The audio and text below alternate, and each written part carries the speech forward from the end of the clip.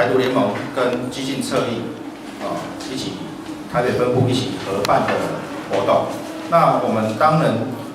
今夜去政治，看这个系列座谈的名称，大家就知道我们的话题大概都会跟政治有点关系。基本上我们认为政治这个东西，其实在我们生活里面是跟我们的生活息息相关的。我们生活上任何事情都跟政治有关。所以今天我们的题目是影像与政治。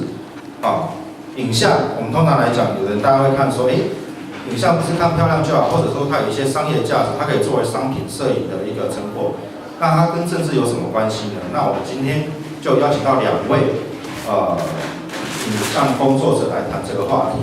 那今天呢还有另外一个意义，今天318，那去年的318，在我们附近的立法院发生的事情，大家应该都很清楚。那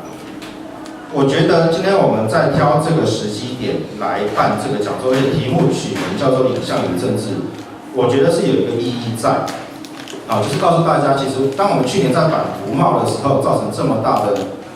一个政治的风潮的时候，影像有着什么关系？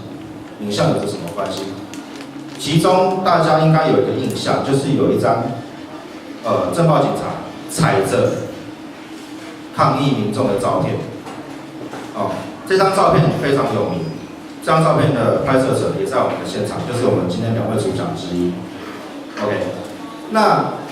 在这个影像的这个呈现出来之后，让大家看到了所谓政报警察的暴力行为。那这个暴力行为也同样激起了许多人对于这个政府的，也不要说反感了，说反思好了。就是这个政府在推行这个服贸以及在处理这个抗议事件的行为上面，真的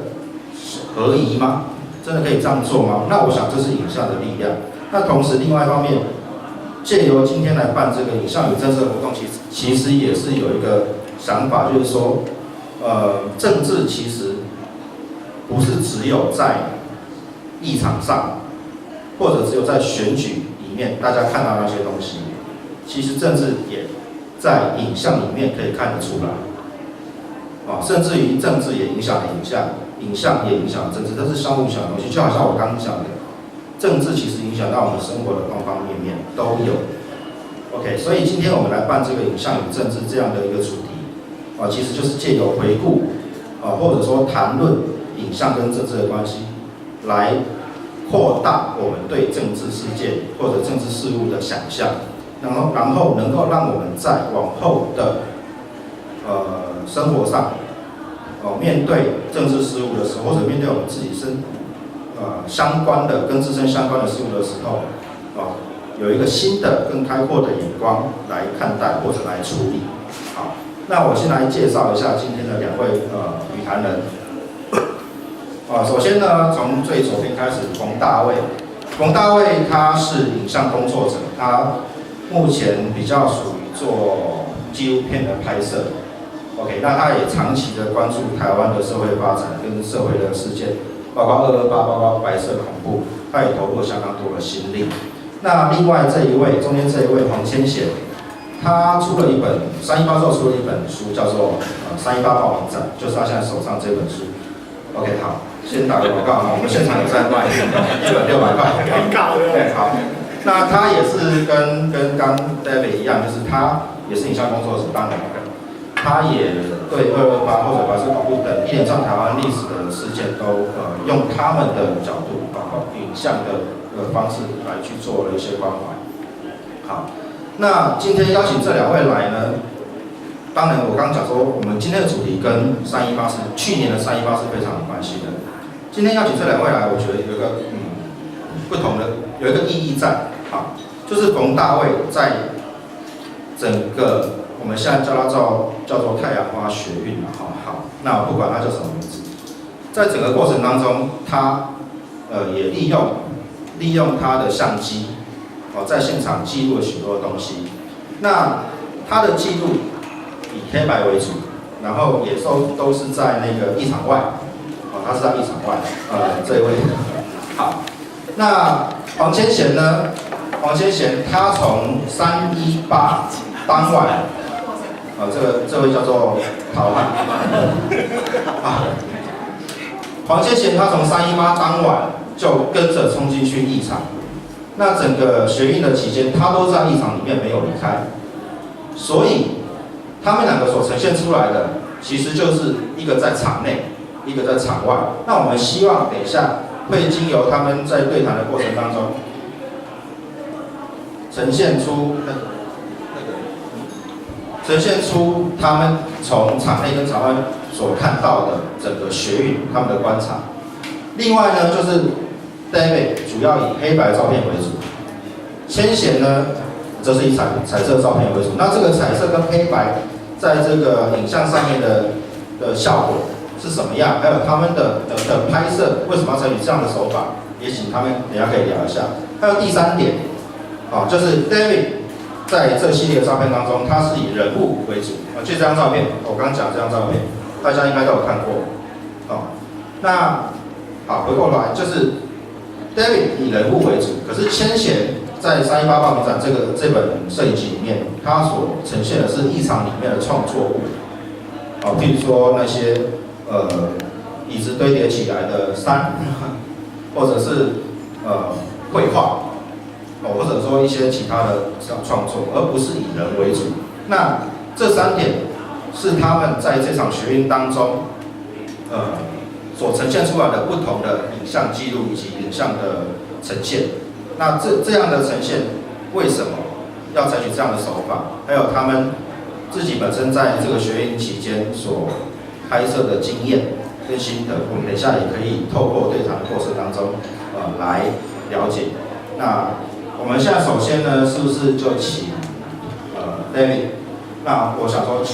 请 David 来讲一下，就是说你在这个拍摄的这段期间，就学运这段期间，你先大概讲一下你对这个学运，你怎么去拍摄，你为什么要去拍摄，还有你自己对这个学运期间的这些看法。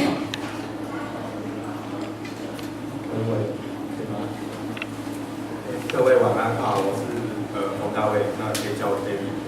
那我跟很多人一样，其实也是在蛮仓促的情况之下，知道说立法院这边发生事情。不过因为我本来就有在就是替一些摄影做影像记录的习惯，我大概最早是从高中开始走反核游戏，然后那时候我们摄影老师的作业就是反核游戏，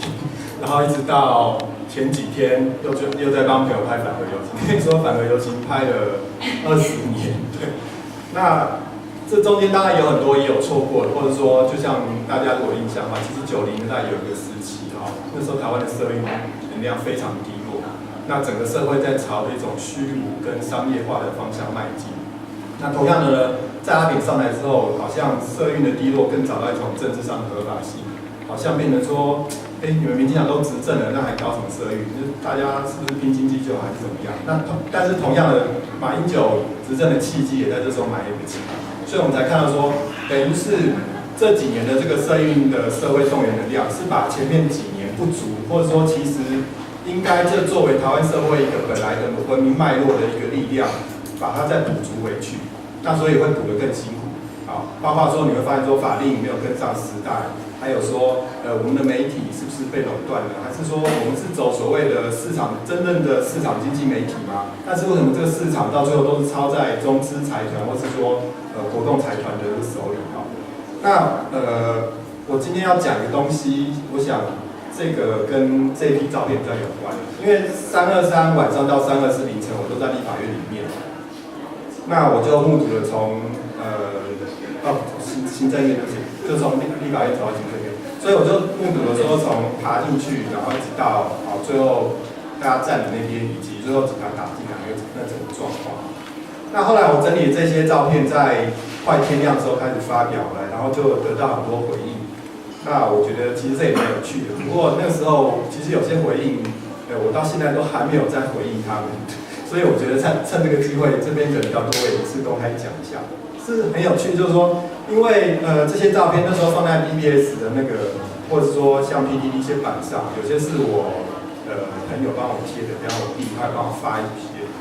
那浏览量都蛮大的，在几天之内我都可以看到几万次，甚至后来有的就破10几万次的那个浏览量。可是呢，我们可以再看到说，不管是有人转贴或在那下面，比方说最有名的那个正黑板，大家知道哈，对，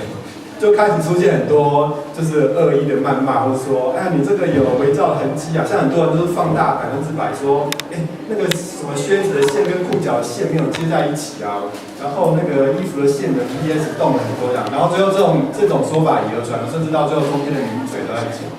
那一方面，当然也有很多在场的人士否认这种说法；另外一方面就是说，根据事实上当时现场非常多的那个媒体记者嘛，哈，那其实很多人看影片之后也想说，这大概不需要特别去伪造，要伪造我也伪造大应该说，以我的Photoshop功力，虽然不是说这么强，但是如果我要伪造，我大概通常都会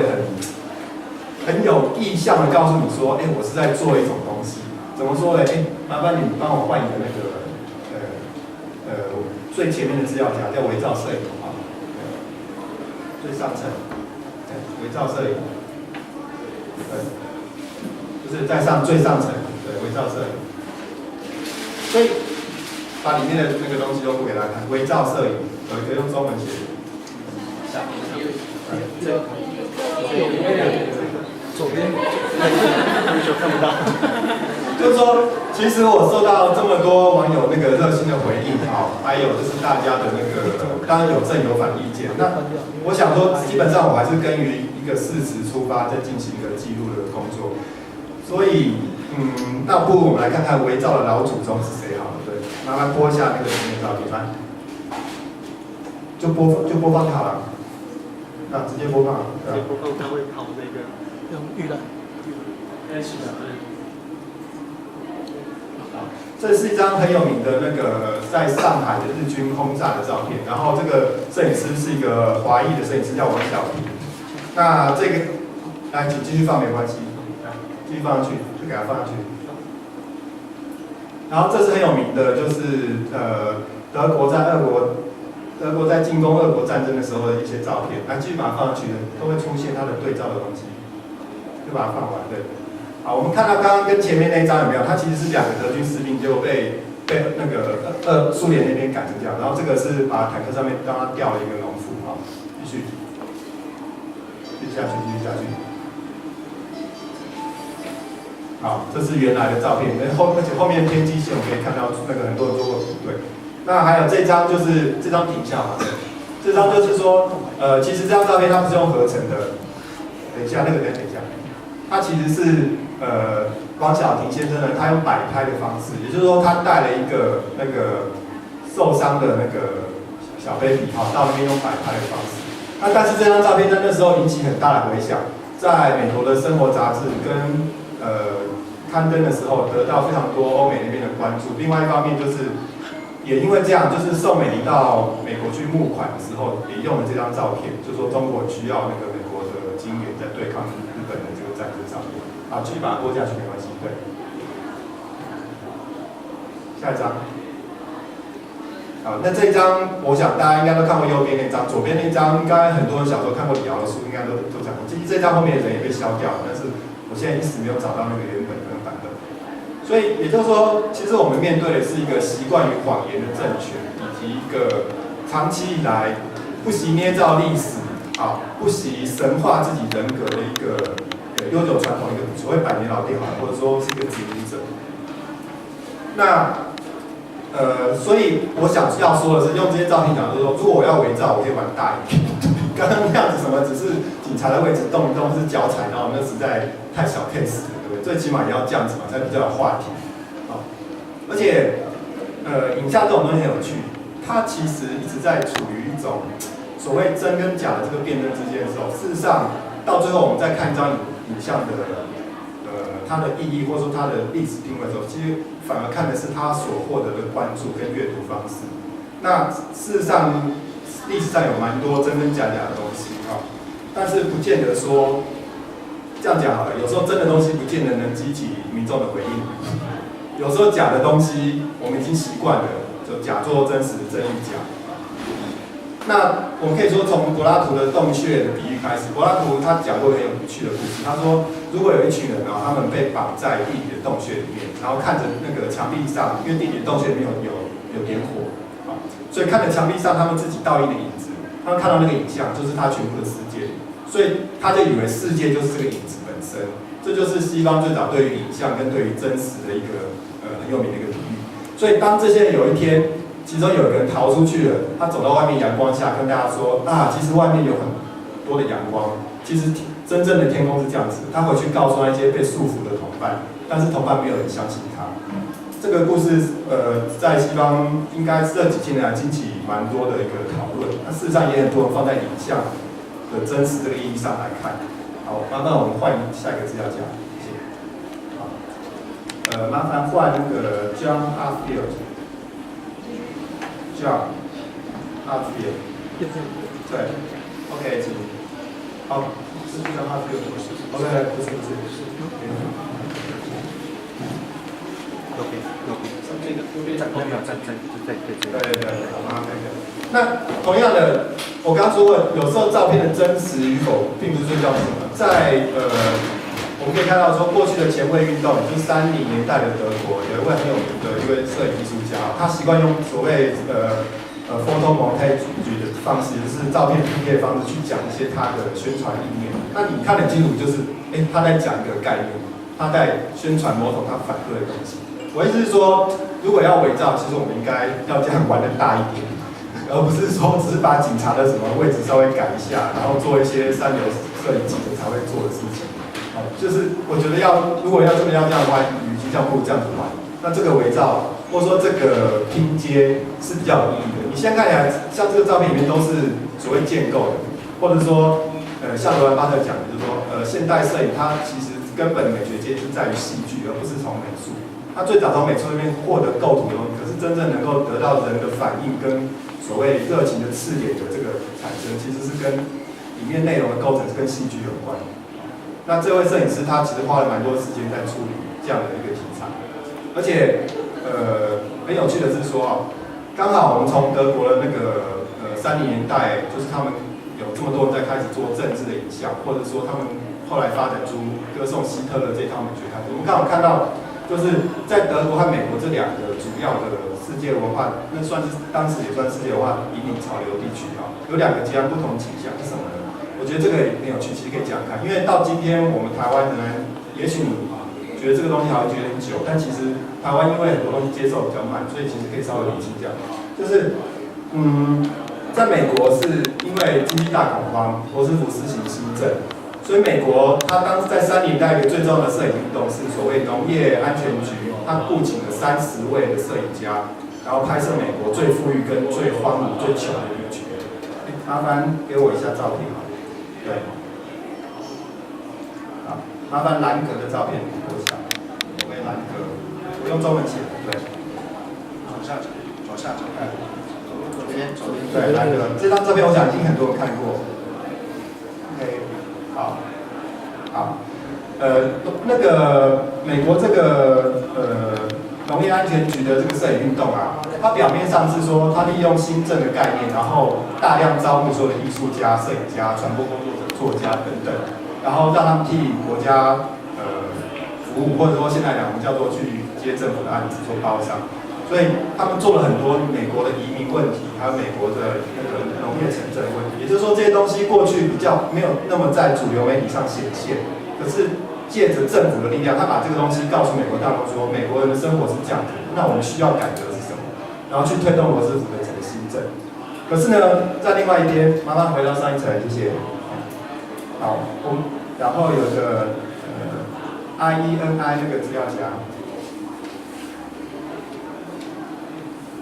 在另外一边的德国呢，像刚刚我们看到那个 John Hartfield 这样的艺术家，他们开始被纳粹打压迫害，甚至赶出国外。那是什么样的势力抬头的？是这个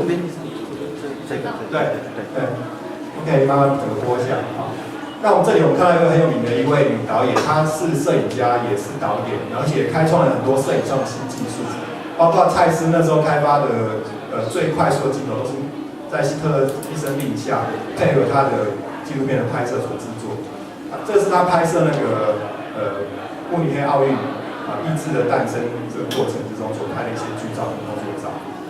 可以看到说，纳粹为了配合他摆弄这个国家仪式的场面，所以变成说这个运动会的整个庆典是配合他拍摄而设立。我想这其实是很多影像工作者应该蛮梦寐以求的条件，就是说哇，你去哪个政府接案子，结果他居然是全力配合你，然后你要什么角度可以哦，你要这样子摆，元首要怎么走比较好看，通通照你的意思来。好，那我想这个时候。那莱尼莱芬斯坦他是一个很特殊的例子，就是说他以前是一个比较前卫的艺术家，然后曾经是舞者，然后拍过德国的登山电影。那因为在登山电影里面表现出所谓日耳曼民族不屈挠的这种意志力的面向，很受希特勒的赏识，所以后来他开始被就是希特勒一直钦点他，就来帮德国政府工作。那我们可以看到说，在大西洋两端哈，这截然不同面向。一方面就是说，德国它也吸收了一些过去前卫主义的这种构图啊，然后或者说一些手法、剪接手法。可是在美国那边却慢慢发展出一种，虽然也是政府宣传嘛，其实我们必须某部分都承认说，这都是在做政府宣传。可是其实出来的效果跟出来的意义很不一样。为什么？因为毕竟一个是民主国家，一个是独裁国家，所以这样子走下去。那可是那个时候，我想大家看到刚刚那个孙中山蒋介石照片，应该知道30年代中国在干嘛。一方面是内战，一方面是大概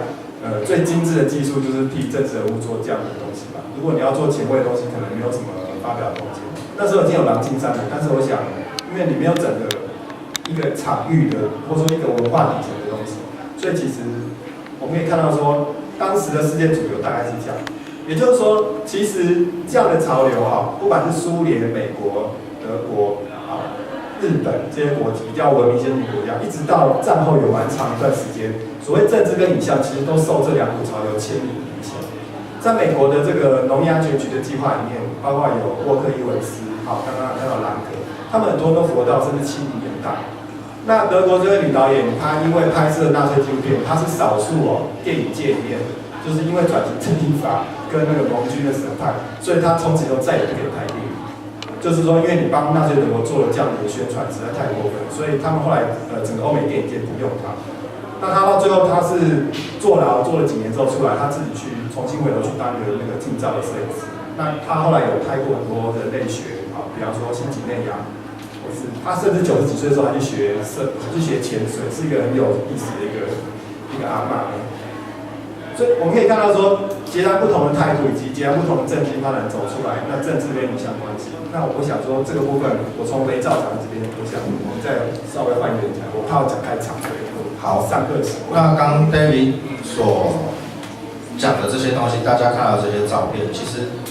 中间有个问题哈，其实我等一下在下一段可能要请 David 回应一下，就是他刚讲到那一张他拍的政报警察踩着抗议民众那张照片，被人家质疑是造假。那我们刚从刚看到的，其实有一些真实的照片，譬如说纳粹的照片，由那位女导演所拍的，不管是电影还是照片，那是真实的东西，它没有经过改造。它没有经过改造，但是有摆，对，有摆拍好。但是另外一方面，我们刚看到蒙太奇的，所谓蒙太奇就是照片的剪接拼贴，那些照片都是假的，它是经过改造的，经过拼贴的。可是，在真实跟改造之间所呈现出来、所表达的东西是什么？就是说，它真实呈现出来的东西，其实是一个人类的丑恶的行为政权。可是那些改造的东西，那些在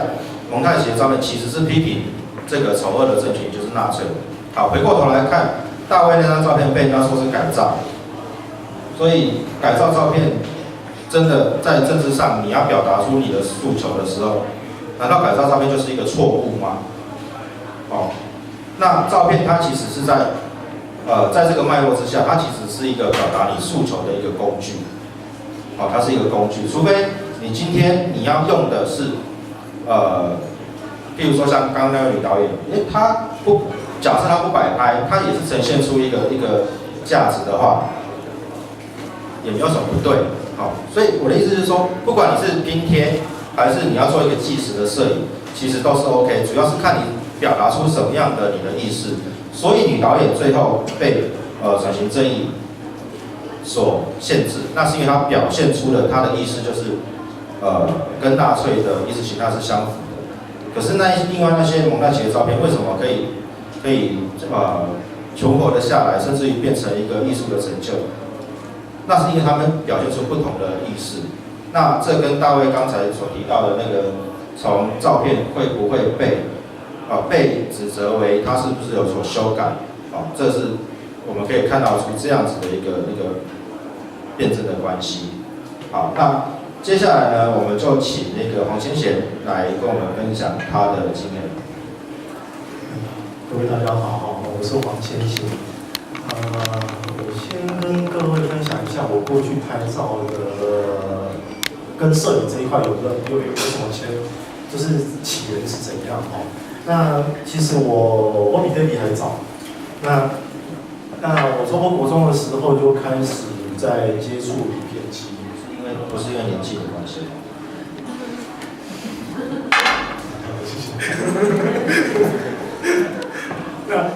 那时候其实我个人只是喜欢台湾所有的闽南式建筑，所谓的可能比较多就可能三合院之类的，那还有庙宇啊这一类的东西。那最初其实到处走走看看的，其实根本手头上也没有任何的，那时候手机也没有，不要说手机了啦，根本都是拿不起。好，那更不要讲说手头上有任何相机这样。那时候国中的时候就基本上，因为我是嘉义人，好，然后在乡下这个地方其实很多这样的房子啊，然后在嘉义的时候就常常都会往中南部跑，因为会找一些这一类的房子。那其实最初这样看的时候，其实自己会得到一些乐趣啦，因为毕竟自己喜欢这一块东西。可是到一阵子之后，会觉得说，这样想好像自己看一看，只有眼睛看好像不太对，应该要留下一些东西下来，表示说这个东西可能可以作为往后自己在除了自己兴趣以外，可能还可以留下一些比较珍贵的资料。因为到现在这个年代，其实我们都知道，现在有很多土梗，不管是在大都市，不管在乡下，其实我们面临到很多土梗的问题。那时候其实更不会想到这样的东西。那时候其实这类的问题甚至根本没有。那当然很重要的原因是都市还没有人口也没有那么多，或者是在交通上有需要农地这样的东西。好，那我那时候就开始跟我爸爸硬凹下他的那个 FM2 的相机，那个就直接底片机了。那就从那时候开始，其实就一直在同时间也在学的摄影，然后知道说底片机这大概是怎么样的东西，然后就慢慢一路就这样一直拍到现在。好，那其实这个演变其实是很有趣的，就是说，因为我这个过程中其实我自己也做过暗访，那这个东西其实对我而言是一个非常重要的阶段，因为整个3C 用品的进步，它一直改到现在的数位，其实就刚才就有提及到刚才 David 所提的这种东西，因为3C 的方便，所以现在老实说，在图片上要做任何的变更，其实它相对性是比过去的底片来的容易许多。但也不能说暗房就不能玩这样的东西啦，在技术层面或者艺术层面来讲，这一块东西其实是它都做得到的。好，他都做得到。那基于我过去都是在记录台湾一些文史啊、人文这样的东西。那其实慢慢的，随着年龄的成长，其实也会遇到台湾现在整个社会的演变。所以我进阶我会有接触到一些白色恐怖或者是228的受难者，那我去帮他们做一些影像的记录。然后这样一路上走过来，然后又会面临到近几年的台湾社会运动。那这个社会运动其实是在台湾这一块土地上也是一部分，那这种东西其实是很重要的一个环节。那过去其实我不知道在座各位都应该不知道有没有听过，像过去在解严时代之后，其实都还有一些我很尊敬的摄影师，像谢三泰、潘晓霞，哦，然后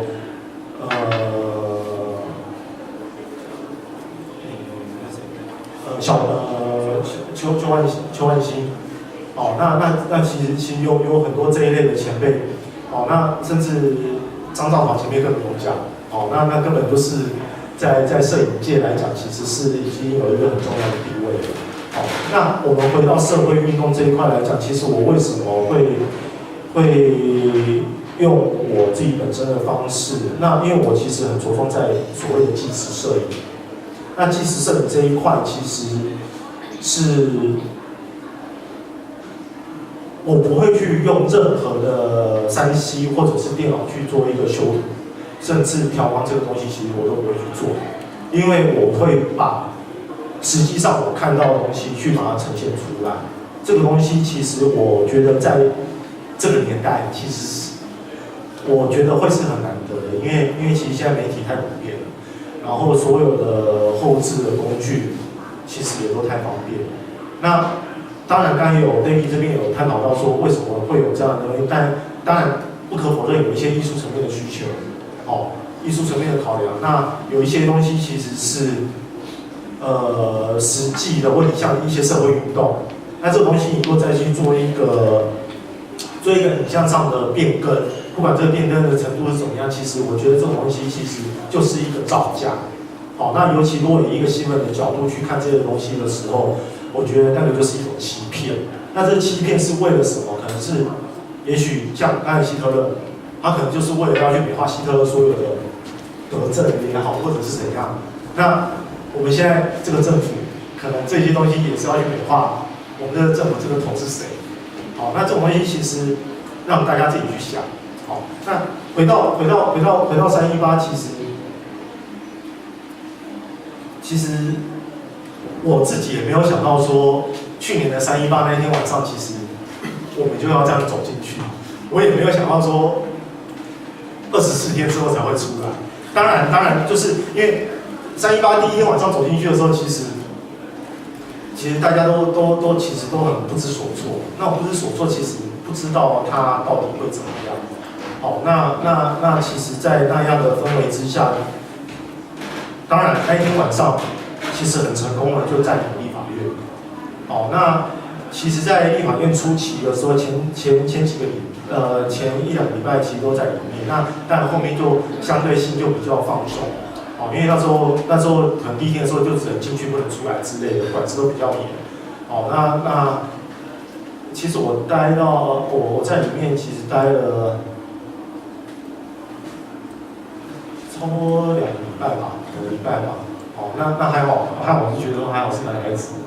子1-2个礼拜好像他不翻内裤都没关系，反正臭就臭到。不过那种臭，不过那种臭，其实我觉得在里面其实不会有罪恶感，因为里面真的很臭，里面真的很臭。我觉得那种东西，那种罪恶感，相对的就不会觉得那个意味是出自于我自己这样子。好，所以我觉得会比较不一样的，就是在这样的氛围下。好，那我们换另外一个角度想，在这样的氛围下，其实里面都是很封闭的。那种封闭不是只有臭味一直延伸出来，这是根本出不去的。好，那我们可想而知，在那样的氛围情况之下，其实有很多的讯息，我们不管说在里面的决策者还是怎么样，一样的讯息也都是很封闭的。好，甚至立法院的左右两边，青岛东路跟济南路，才出去一个门口而已。这样的东西，光要跟外面联系，或者是外面的讯息进来，或者是流亡政府释放一些讯息，要搞渗透，这个东西其实在里面第一时间的判断，真的是我觉得某一个角度是有它的困难度在。那在里面的相对的情形之下，其实它压力都是很大的。好，那我觉得经过318、323、324这样的这整个很短的时间里面，其实我觉得每一个人都是一个个体。这个个体其实都不管当时你是在立法院或者是在行政院，其实也是只有这两个地方而已。可是一个个体毕竟也是在一个位置而已。那这个位置其实就你们当下其实所熟悉的人事物，可能从很陌生，哦，然后又在有外在压力的情况下，像行政院，虽然我是在立法院里面，我根本老实说，刚刚我提及到那个所有的讯息是有封闭以外，当然讯息有进来，可是那种讯息是要一而再再而三的确认，因为其实在当下其实他们有一些试图要想把立法院的人拉到行政院去，那在这个东西有在整个操作上，那这个部分我们就先不要在这个时间不要去讨论这个东西，就是说在这样的情形之下，那在每一个人都是当下是一个个体在不一样的位置的时候，其实大家去陈述这样自己过去1年前的经历的时候，如果有带到照片，这个影像有留下来的时候，其实他对他自己的陈述反而是有很好的说服力。好，那当然现场状况很难嘛，因为像立法院在立法院里面就算了，立法院相对性跟就是跟行政院那一天323那一天的整个清晨一直到清晨清场这样的过程，其实相对性比较起来，它稳定许多。好，那所谓的血腥的画面之类的，那并不代表说每个人现在有手机都可以拍，也未必每个人都可以拍到好照片。好，那可能就要透过工作影像者，然后在周遭协助拍照。那我觉得这样的东西，其实影像在整个社会运动这个过程中，其实是一个很重要的一个环节。这个环节其实是骗不了人的，哦，骗不了人，而且甚至可以帮助许多的社会运动，在场社会运动，任何公民如果有任何受伤，其实它都是一个佐证的资料。当然，我们很悲哀的是说，现在我们面对的是这个流亡政府，这个流亡政府是一个警察都找不到的情形之下，我们认为我们可以去佐证、提供佐证的资料，反而是协助他们去污蔑没有任何暴力、没有任何暴力行为的公民。那我觉得这个是这个年代其实我们最可悲的地方。好，那其实，在这一块，应该这样讲，到今天为止，其实所有的议题都没有任何很明确的解决。哦，这所有议题都没有很明确的解决。那未来这样的事情，我相信还有可能会发生。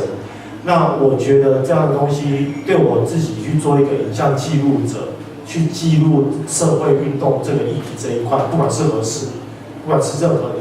的议题，在这一块其实是很重要的一个环节，很重要的一个环节。好，那这样的工作其实，像在318的过程，个人就是自己本身都一定会有它的风险性嘛，因为其实我们也不知道这个流亡政府到底会对任何人，其实323那天连记者都打，哦，不是只有公民而已啊，根本不分照白都打。那我觉得，哦对，还有医生，那我觉得这东西其实过了1年之后，我个人是这样的去看待这样的事情，就是说，过去我们都在讲228，过去我们都在讲蓝色恐怖，那在还没有323这个事件发生之前，其实老实说，我不知道各位的想法是怎么样，看到那些很残酷的东西，很残酷的故事，或者甚至都不知道这样的故事，如果就是有看到这样的画面，其实大家可能会觉得它是神话，说这个政府怎么可能会对人民去做这样的事情？可是我觉得1年过后，我们去看待这样的行政院这个事件的时候，其实我个人的想法是说还好，我也不能说还好，我觉得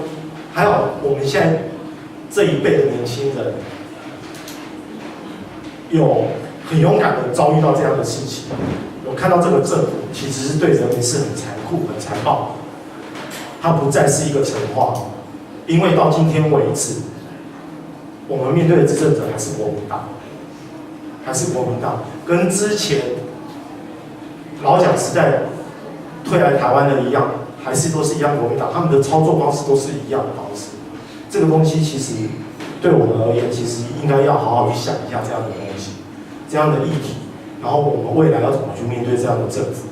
然后任何的议题怎么再去延伸，用公民的力量去把这个政府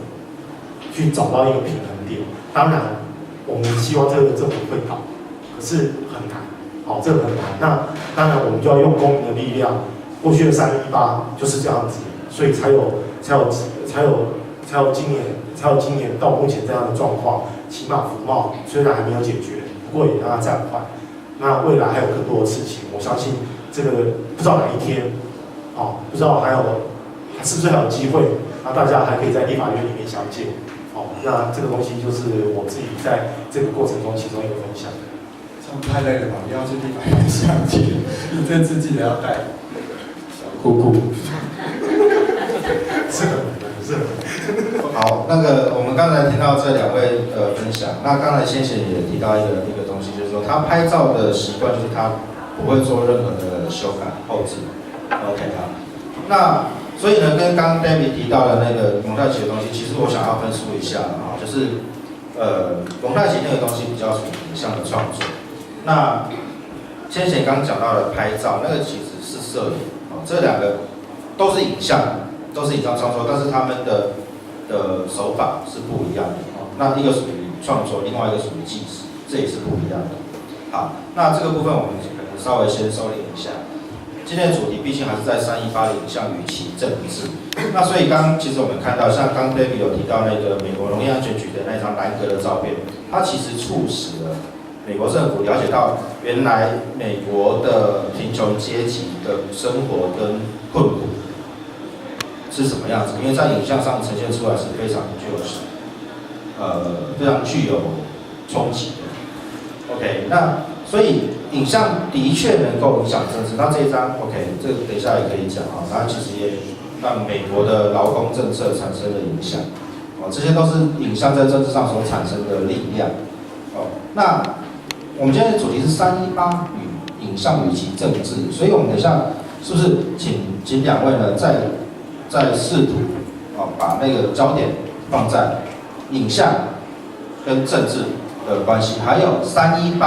的影像，他们都拍了很多318的影像。那这些影像所呈现出来的政治意义，以及他们想要表达的意识，像刚刚先贤也讲到不少，就是有关于这个他拍照的政治意识。那好，318这些影像，他们产生了什么样的效果，以及他们在拍这些影像的时候，试图想要达到什么样的效果？那有没有达成呢？那我们也是一样，请2位来这个做318影像来做一个说明。好，我们请大卫。那个，喂，听见吗？好。那因为刚才先前有提到一些台湾的纪实摄影报界的前辈，那其中有位刚好也是我认识也蛮尊敬前辈叫潘晓霞先生。那潘晓霞先生很有趣，他以前是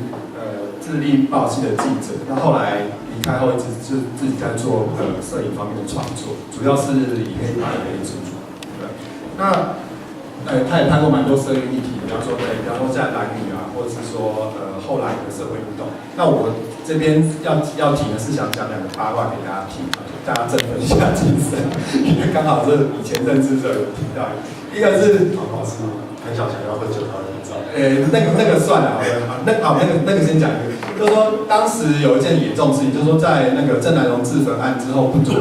有一位叫詹义华的先生，他也到总统府前面去自焚，来表达他对整个体制跟中华民国的不满。那詹义华先生自焚的时候，其实很多报社的人去没有拍到，就是其实坦白讲，就是说没有拍到很精彩的照片。然后那天潘晓霞先生也去了，但是呢，因为他他当时是属于一种酒仙的状态，就是他好像就是要喝酒才会照片拍得好，所以他根本上他第2天他醒来都忘记说他有去拍照这件事情。然后后来报社就问他说：“那个詹义华自焚你到底有没有拍到？”他说：“我不知道，就洗出来看看好。”以前我们都是把那个照片先拿去印样嘛，印样的时候会一小格这样子全部打出来。他还看到说原来他拍到一张，电波检查，喂，所以他第2天才发现说，原来他喝醉的时候，他拍到一张詹义华自焚的照片，而且是非常重要的一个时刻。他后来也变成潘晓霞一个很重要的一个代表的生涯代表作啊，那可能目前来讲是他收藏，如果有意收藏他的里面一个很重要一个作品。另外一个就是，他后来也正在拍妓女裤，就是宝斗里或者说万华这边的流衣，或是这种比较老人家会去的店。那他长时间花了很多钱去那个地方喝酒，或是跟他们接近，但是一开始他没有办法得到拍摄的允许，所以他后来常常就带相机去玩给那些里面的人看，说：“哎，你看这边有装底片。”然后他们也很放心跟他玩，所以就这样子真假之间，他也拍了一系列。当然，他为了出于对方的尊重啊，最后他呈现照片全部都没有出现人家的脸，全部都是半侧面或者说遮住。所以这也透露出一个半老摄影，就是说，其实在接近底层工作的一个相当辛苦，也是有道德争议一点，就是说，你到底怎么样的程度是在剥削他们，还是说你只是为了自己的作品跟自己的一种身家价值的税去那个？其实我们常常都要看到照片本身检视才能知道，因为事实上很多场合其实不要说以前啊，现在限制可能更多。你可能现在在百货公司拍橱窗就被那个保全带走，有啊，前几年都是这样。还有人以前拍101，然后被101告之类的，对，都有这样。那这个都是一些社会现在，就是现代社会它一些新的规范，或者说摄影，如果你要呈现真实这个事情的话，像我们现在看现在这位摄影家，各位，他的名字是，等一下啊，不好意思，因为有2位，想给你查一下。OK， 他的名字是Louis Weeks Hay。他是1910年代的一个活跃的一个美国摄影家，也就是说，这个照片大家看到那个高空的都是他在那个帝国大厦建设的时候拍的。然后早期他拍的主要是童工，还有美国的这种